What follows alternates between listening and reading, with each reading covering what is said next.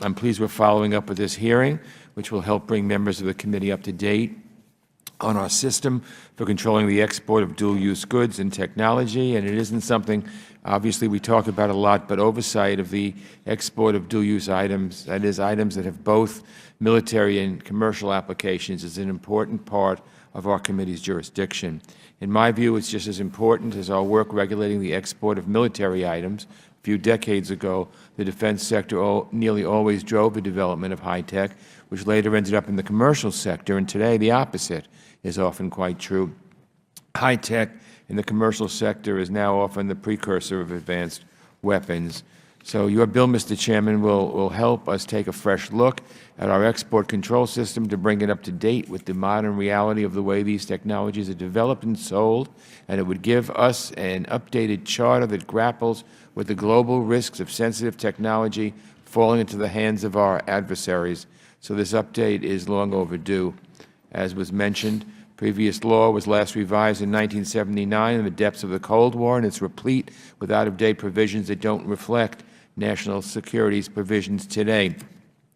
It also expired in 2001, and it means the authority for granting export licenses is no longer based in statute, but relies on temporary emergency authority that is now nearly 2 decades old.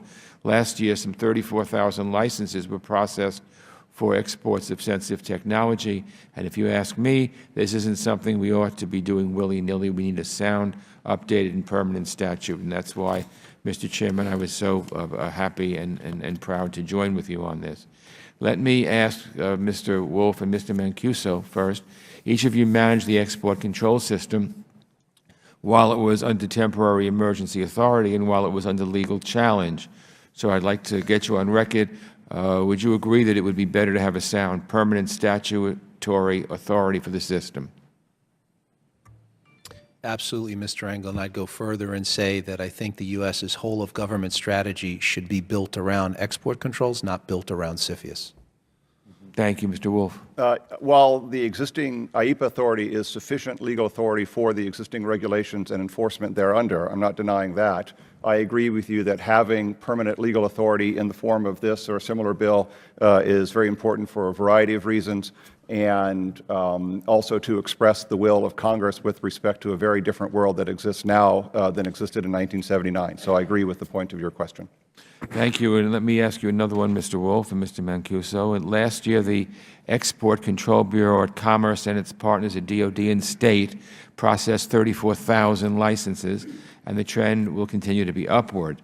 Are the government's resources adequate to handle that volume and make good decisions? I'll start with Mr. Mancuso. So just like any enterprise, the government can't do everything everywhere all the time. The number of those licenses, I think BIS has historically been under strain. I'll defer to Kevin on his recent experience. I served for President Bush in that role.